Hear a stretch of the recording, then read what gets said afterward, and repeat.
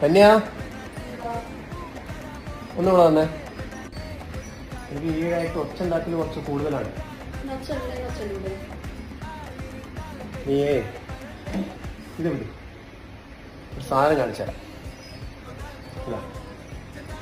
Okay. ഇതിന്റെ പകുതി കാലിയായി. ഇത് പകുതി കാലിയായതിനെ കൊണ്ട് കണ്ടോ കാലത്തിൽ ഒച്ച ഉണ്ടാക്കുന്നത്. എന്നാൽ ഇത് നോക്ക്, ഇത് ഫുള്ളാ.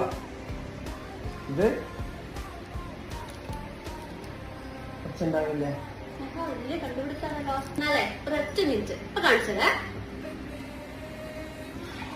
എന്തോ കാണിച്ചു തരാന്ന് നോക്കിയാലോ.